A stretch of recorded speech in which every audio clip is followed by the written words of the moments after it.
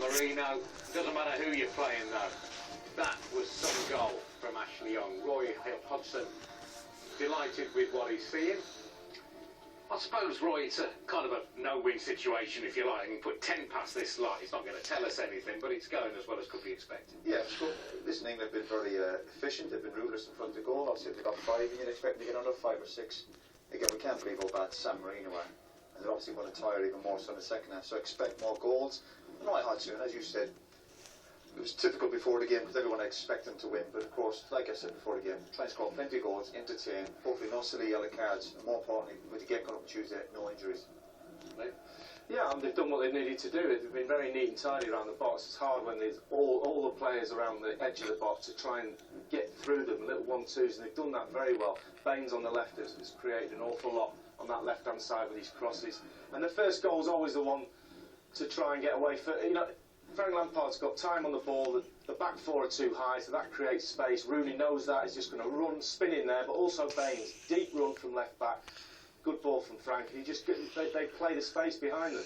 And the first goal is very important when you're playing a team that get everybody behind the ball, and the defender, Della Valle, has got no option really, he's running back to his goal. Rooney's just got to run at him, that's the difficult thing, and it's a good finish from Frank Lampard Senior. It looks like Frank Lampard's dad there, doesn't it? Gareth, as Lee said, there's these kind of two banks of, there's a bank of 5 and a bank of 4 in front of the goals. So whoever they are, you need to see a bit of quick feet to get through them. And we've seen some great stuff. The second goal, particularly. Well, it's a prime example of it. A lot of the interplay around the edge of the box has been very good. And Alex Oxlade-Chamberlain's had a very good half. We see him circle, he picks the ball up, he runs into space.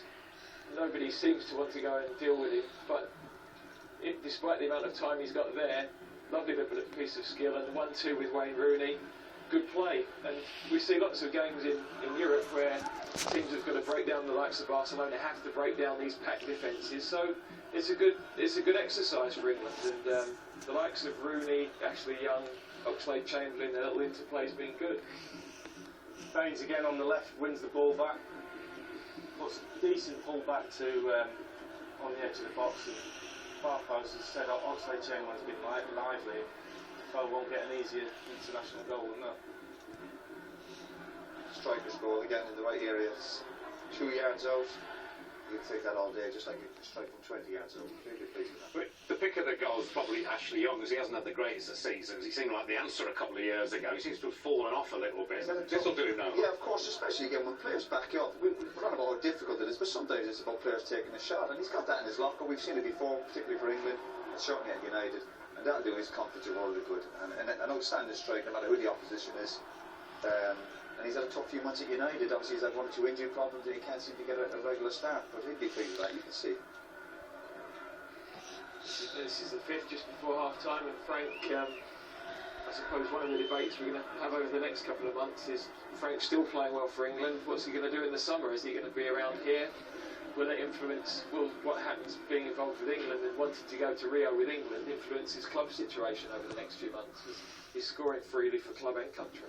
I mean, it's all very nice here winning by a hatful, but it's not helping San Marino, as you said earlier, just trying to keep it down to single figures and help anything. Why don't they have a pre-qualifying tournament?